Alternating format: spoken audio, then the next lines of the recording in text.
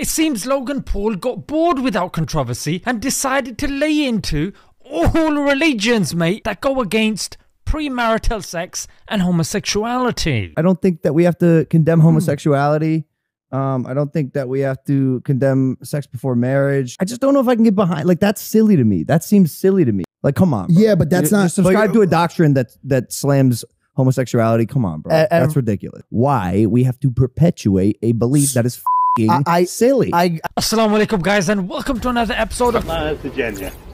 Before I jump into this video, I wanted to thank my sponsor Muslim Mastery for offering a free workshop to those who want to improve their confidence, especially at a time where it's definitely needed in pretty much every aspect of your life. Link in the description. I'm smart. It's clear from the attitude and the speech of Logan Paul that he's clearly been provoked and influenced heavily by the LGBTQ folk, to such a degree that in this conversation it seemed that his whole life, his belief, his mentality was being influenced by sexuality pretty much. Now, how he is so certain about this lifestyle that he is willing to critique entire world religions that have been around for millennia is rather odd, mate. To such a degree that even one of his best friends, a Christian, George Janko, throughout the whole segment of this podcast was totally on the back foot, mate, and it forced him to say, I know people that hate me, that treat me better about my faith than you, and you're my best friend. Now, seeing as you are somebody that believes in facts, whilst people of religion just believe in myths and fairy tales. Logan only looks at things that are backed in fact and science. George looks at things that are backed or believes in things that are backed simply by faith and you know, age-old storytelling. And you clearly are more intelligent than all of us, mate. Yeah, you're the intelligent one. I'm objectively smart. Well, let me give you some intelligence then, oh intelligent one. Because if you are true to your statement of following fact, then surely when facts are presented to you through statistics, through peer-reviewed journals, surely it will get you to think and retract. Majority of children born and raised in lesbian families had psychological issues. 46% reported partner abuse among gay couples. ADHD was more than twice in children with same-sex parents. Women with gay fathers had difficulty with adult attachment issues. Homosexual acts resulted in 83% of syphilis cases in the United States.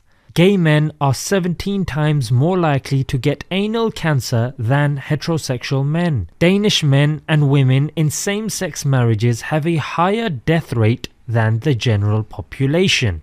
I'm waiting for you to come out and take away your unequivocal support for homosexuality. And some people, I saw the responses, they were like, what on earth is he doing? Where is this coming from? But I'm not too surprised because this is something that's being pushed by the left-wing American media. I mean, if you look at even the way Christians are represented, these zealots that are always out picketing and saying these evil statements, and then when you've got a country like Qatar hosting the World Cup, being on the side that says no, boycott them because of the LGBTQ beliefs, mate. My question to you is, what are you defending, yeah? Are you defending a male teacher who claims to be a woman wearing prosthetic giant breasts with protruding nipples in a school which, let's face it, he's just fulfilling his sick fantasy in the presence of students, and the school and the government can't do jack all about it? Are you defending 3 fathers who have taken the matter to court and they want to raise a baby together? Do these not deserve satire? So I think it's a silly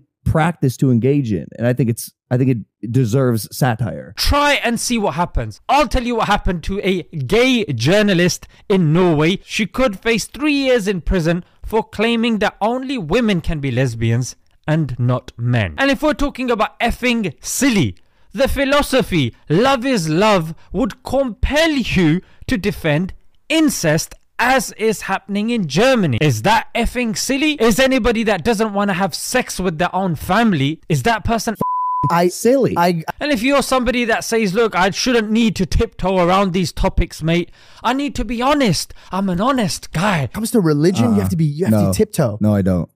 No, I don't. Then are you going to be honest about the story of a 52-year-old man who left his wife and children so he could live as a 6-year-old girl? Yes, you heard me. Don't you dare sit there and point your fingers at us when the very individuals that you're defending have turned this planet into some sort of circus. Have I ever shown any hatred ever? No, but you're in the same boat with a large group of people that do. Not everyone in your religion is. Yeah, but singling out. Hold on, you're sitting in the same boat with some really hateful people. Let me help. And I'm glad that the Christians are speaking out, for God's sake. At the end of the day, bro, I can never prove to you that Jesus Christ exists. As a Muslim, I can prove that the Prophet Muhammad, peace be upon him, existed using non-Muslim primary sources. I can also in turn prove that Prophet Jesus, peace be upon him, also existed. But the atheists aren't guided by anything other than their own personal beliefs, which, by the way, could be right or could be wrong. Okay. Firstly, how can the people that you're defending claim to be atheists? How can you be certain that there's no God? And secondly, violence? What about French Revolution? What about communism? What about the eugenics programs of the Darwinists? They were all atheists. And not to mention, atheists cannot prove that something is good or bad objectively. To an atheist, somebody that is doing brain surgery, somebody that's risking their life to help poor people, is the same as somebody that's sitting at home scratching their backside with a blunt pencil the whole day, mate. Logan, as George just mentioned, only looks at things that are backed in fact and science. And I understand that. George looks at things that are backed or believes in things that are backed simply by faith and you know, age-old storytelling. These people are using arguments that are so 10 years ago. It's clear that majority of science relies on testimony, which is just glorified hearsay, and induction, which is pretty much just assuming. In fact, if you look at Islamic testimony, it's much more rigorous and has much more stringent criteria than the testimony used even in peer-reviewed process as well. And our evidence of God doesn't just rely on the 5 senses. We also rely on rationality, philosophy, ontology, and the likes. That's why I would say evidence of God is much more stringent than mere science, which falls prey to induction and testimony and even the ruddy peer-reviewed process as well. Is it arrogant to assume that God gives a f about me or you? No, but it's contradictory because you're presupposing that there is a God, but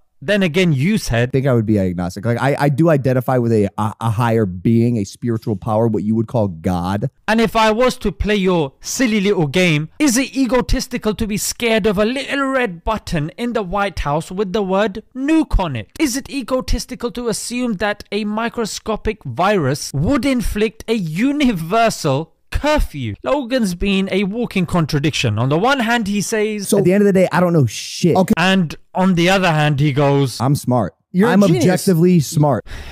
Mate, if you haven't even sat down to figure out what your purpose of life is, what direction you're going, I'm sorry, you're not very intelligent. And with the statements that you're making, and the fact that you, after the episode, thought, yeah, this is good for me to put out. I'm gonna put this video out, mate.